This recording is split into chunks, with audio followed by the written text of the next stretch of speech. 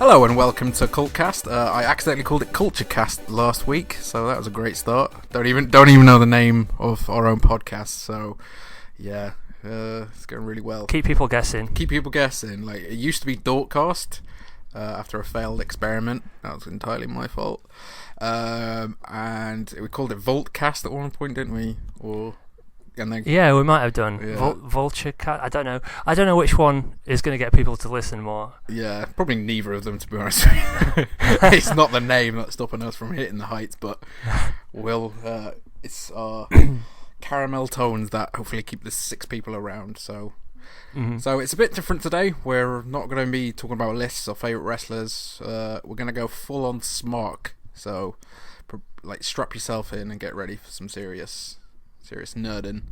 So the topic of Chris's choosing actually is Vince McMahon versus the internet. Who wins? Chris, do you want to take it away? Yeah. I think this is something that's fascinated me for a while.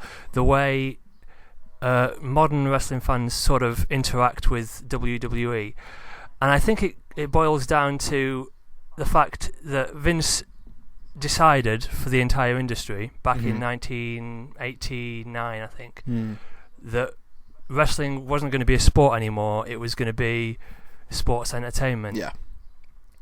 And at this point, I don't think he understands what entertainment is anymore. If you go back to the Attitude Era, there's that there's that famous video of him saying, "We're not going to treat you like idiots anymore. We're going to be experimental. It's not going to be about good guys versus bad guys anymore, because that insults your intelligence."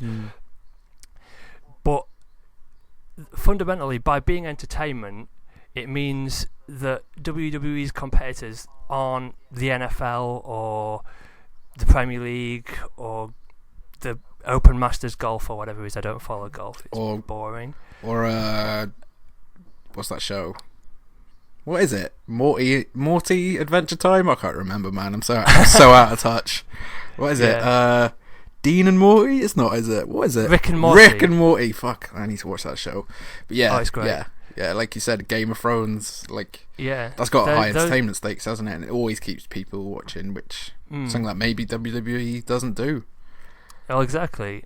I mean, it's okay to have your Roman Reigns poster boy, but that'll only bring people eyes to the product for like 5 minutes, and once they know, okay, he's kind of boring. Yeah. Once they get a look at his blue contact lens, it's making him look like some kind of weird albino wolf.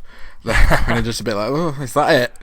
Where's the middle fingers? True. Where's the attitude? Where's what keeps me entertained? Why should I like this guy? I definitely see where you're coming from there. It's a lack of entertainment, which is just what it's supposed to be about. And it's ridiculous because they don't seem to know how to put on storylines. They don't know how to keep feuds going in interesting ways. They don't really know how to keep you entertained, which is crazy. Like, it used to be so easy for them. I think one of the main faults with this is that Vince doesn't give anyone free reign anymore. Like, one of the great things about the Attitude Era is that he would just tell people, just go out there and do what you want within reason. That's why D-Generation X was so popular. That's why The Rock's promos were so powerful and iconic and catchphrase worthy. Like, everything he said, or what you could put on a t-shirt and it would sell about 1 million.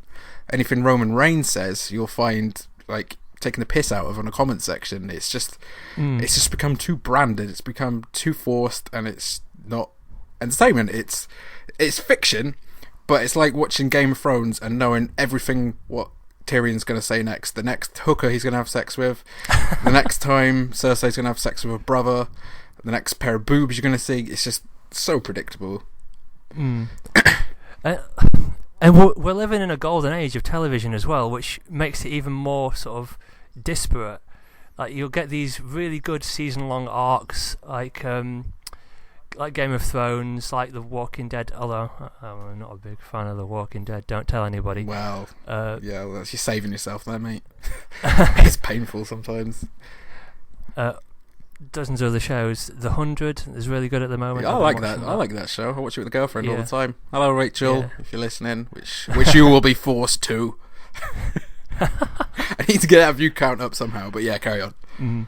Yeah, they have these planned out, meticulous storylines with twists, turns, bad guys becoming good guys, characters getting killed off, stakes getting raised, and they plan these ahead of time. And then you hear on the dirt sheets of the Wrestling Observer and stuff like that the finishes for maybe half of WrestleMania's matches were decided the Saturday afternoon before the event on the Sunday. I mean, sometimes that works in their favour, but like with WrestleMania 31, with Seth Rollins cashing in, that was a last minute thing. But other times it's just a bit like, well, it just seems like they don't know what they're doing, you know, like they go for these brave, audacious decisions and then kind of back out.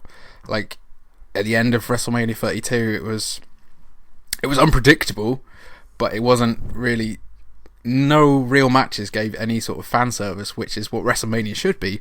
Which it should be like, you've waited a whole year, you've gone through some really shit feuds, and the heels have always come out on top. This is where the faces come through, but no one did. Like, it was all heels, even if you could call Roman Reigns a heel, which he is.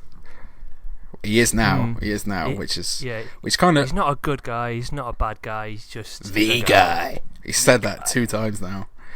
He's gonna get that on a t-shirt in a week, I guarantee you. Along with Suffer and Succotash. I'm not a bad guy. What is the other one he used? Tater tots. Tater tots, yeah. He's gonna be selling tater tots soon. They're not bad for you. They're not good for you. They're tater tots. Yeah, I'm sure when he says stuff like that, it's just like got Vince's hand inside him controlling what he says. Because that's obviously written Stunning by image. Vince. Beautiful image. Oh, sorry, internet. that's burnt into your collective minds for the rest of the time. Yeah, it's just it doesn't like understand how to plan proper storylines anymore, be entertaining, because it's not a sport anymore. And I mean, I know it was never a sport, but the way fans interacted with it, it was a sport. Yeah.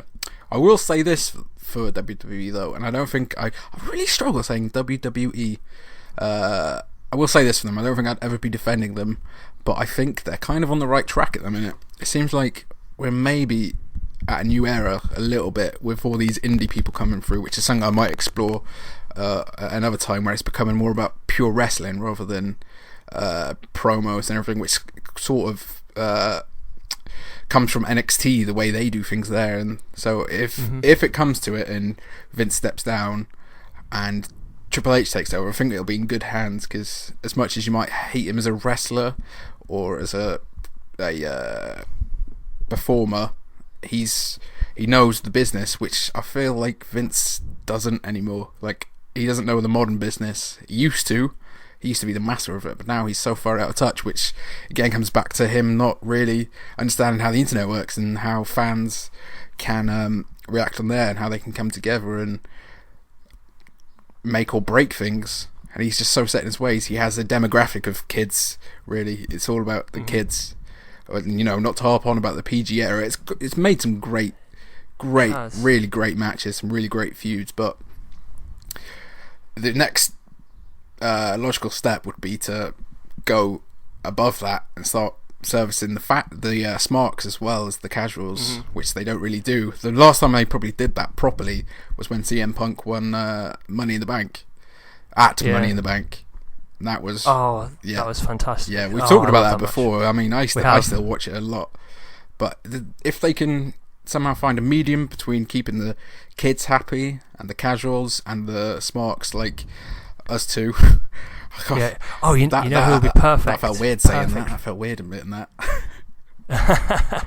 We are smarks. Yeah. But you know who would be perfect to sort of keep the smarks happy and the casual fans? Can you guess who it is? Shane McMahon. Bailey. For fuck's sake. Do you love Bailey? I love Bailey. Do you love Bailey? I don't mind Bailey. We know this. She's fine. She's a woman that does stuff. Anyway, I think we've come to the end of the discussion. So, is there anything more you'd like to add? Well, what, are you happy with WWE at the minute? Are you glad to see someone like AJ getting a push? Like, do you think Vince chose that, or do you think he had to get nudged from someone else? I don't know.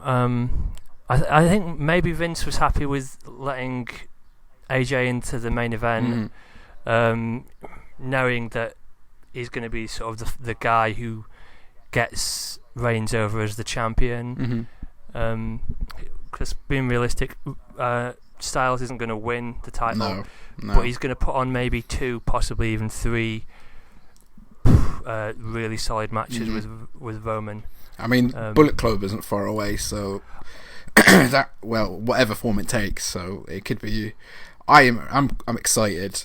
I mean, I'm still pissed off with some of the things WWE does, but I'm excited for what lies ahead, and I haven't said that since I started watching wrestling again when the Shield was still together.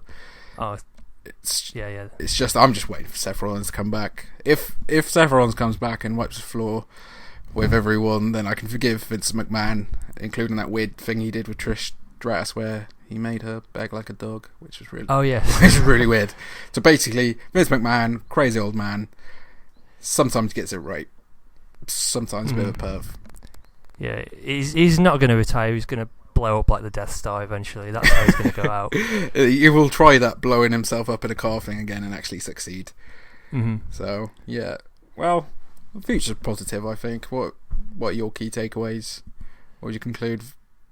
Less Vince, more quality, or?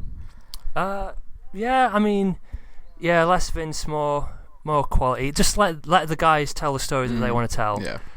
Sami Zayn and Kevin Owens is probably going to be the feud of the summer. Yeah. It's those guys. I don't think they even need any direction from creative. They can just sort of, we hate each other. Yeah. And then they do that weird. They do that weird like Tekken thing in the middle of the ring where they just like hit each other constantly in the face. I love that. I want a gif of that. But yeah. So it's been a pleasure as always, Chris. Absolutely. Same to you. Do you want to have some sort of trademark send-off, like something you can think of on the spot? Like a catchphrase? No, I'll come back to you next week. Okay. We'll be back next week. That's not good, is it? Who knows? Who knows with us? It could be next week, it could be next summer. Thanks for stopping by. That'll do. Be sure to like and subscribe, etc, etc. Thank you, Internet. Bye. always fail that. Bye.